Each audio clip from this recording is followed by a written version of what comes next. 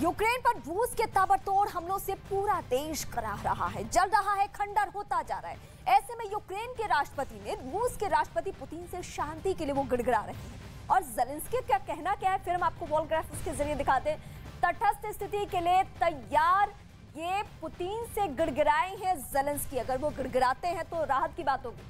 कोई तीसरा पक्ष गारंटी दे, ये कहा है ज़ेलेंस्की ने। पूर्वी यूक्रेन पर समझौते को तैयार है। वो यूक्रेन का हिस्सा जिसपे कब्जा किसका है, पुतिन का, उसको लेकर ये समझौता करेंगे। आमने सामने की वार्ता से युद्ध समाप्त होगा, यानी टेबल टॉक कीजिए, लेकिन ज़ेलेंस्की और पुतिन आमने सामने बैठकर बातचीत करें, ये यहाँ पर शर्त में दिख रहा। बिना देर किए शांति हो, यानी 34 दिन बाद ज़ेलेंस्की को ये समझ आ गया है कि सीज़फायर बहुत जरूरी है।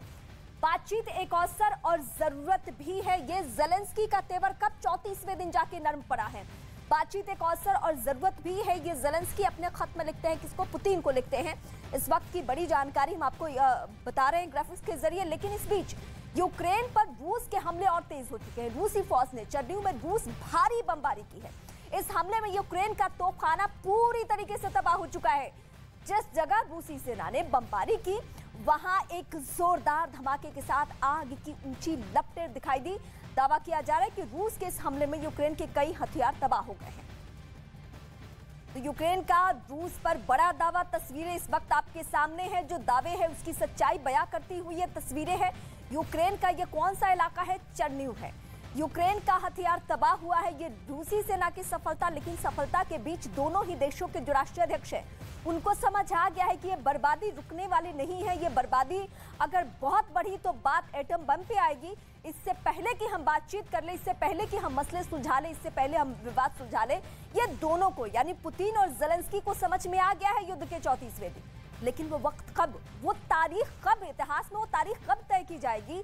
जब सीज फायर होगा। सीज फायर के लिए इनडायरेक्टली पुतिन चाहते हैं और डायरेक्टली इस वक्त ज़ेलेंस्की चाहते हैं, क्योंकि जो उन्होंने खत लिखा है, जो खत के मायने समझ में आ रहे हैं, उसमें साफ है कि उनके तेवर में नरमी पड़ी है। जो पश्चिमी देश जिन्होंने उन्हें युद्ध के मैदान में झोंक दिया, वो खुलकर कोई सामने नहीं आया। ये युद्ध की सच्चाई है। तो मारियोपोल में रूसी सेना की लगातार बमबारी जारी है। रूस ने मारियोपोल में गोलीबारी कर एक थिएटर को नष्ट कर दिया। वहां से सामने आए वीडियो में थिएटर पूरी तरह टूटा नजर आया और उसके मलबे आसपास बिखरे पड़े दिखाई दिए। इतना ही नहीं, रूसी सैनिकों ने वहां कई और इमारतों को भी नुकसान पहुंचाया है। इस वक्त की हम बड़ी जानकारी आप तक पहुंचा रहे हैं।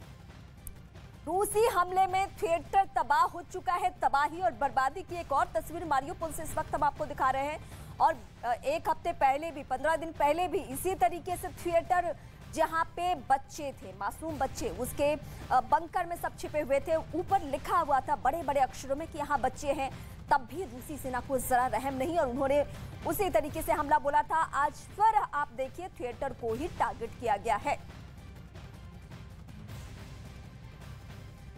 अब हम आपको बताते हैं विकल्प क्या है। अगर ज़ेलेंस्की रूस से बातचीत के लिए झुके नजर आ रहे हैं, तो पश्चिम देशों से उतने ही नाराज भी हैं। झुकने की वजह ही यही है, उनका गुस्सा इस कदर है कि उन्होंने पश्चिमी देशों को कायर तक कह दिया है। ज़ेलेंस्की ने पश्चिमी देशों को लताड़ते हुए कहा है, और क्या क्या कहा है ये मैं बताने आपको जा रही हूँ। इस वक्त तो उनका कहना है पश्चिमी देश कायर हैं। ये वही ज़ेलेंस्की है जिन्होंने इससे पहले क्या कहा था कि वो डरते हैं रूस से, अब कहते हैं कि कायर है। रूसी हमलावरों से अकेले लड़ रहे हैं यूक्रेन की सेना और यूक्रेनी राष्ट्रपति का यह दावा। यूक्रेन को रूस तोड़ रहा है। 34वें दिन मान लिया उन्होंने कि बहुत बर्बादी हो चुकी है, अब तो झुकने का वक्त है। पश्चिम से लड़ाकू विमान नहीं मिले हैं, यानी जो सपोर्ट वो चाहते थे, वो आर्थिक तौर पे, वो हथियारों के तौर पे, वो सैन्य ताकत के तौर पे, वो ताकत उन्हें मिली नहीं। लड़ाई के लिए टैंक नहीं दिए गए, हथियार नहीं दिए गए, सैन्य ताकत नहीं दी गई। ये किसके लिए उन्होंने कहा? ये दुनिया को दिखा रहे हैं कि पश्चिमी देशों ने हमारी मदद बिल्कुल नहीं की है, और यही वजह है कि हम अब चाहते हैं कि इन कायरों से मुक्ति मिले। और ज़ेलेंस्की पुतिन के सामने वो झुक चुके हैं।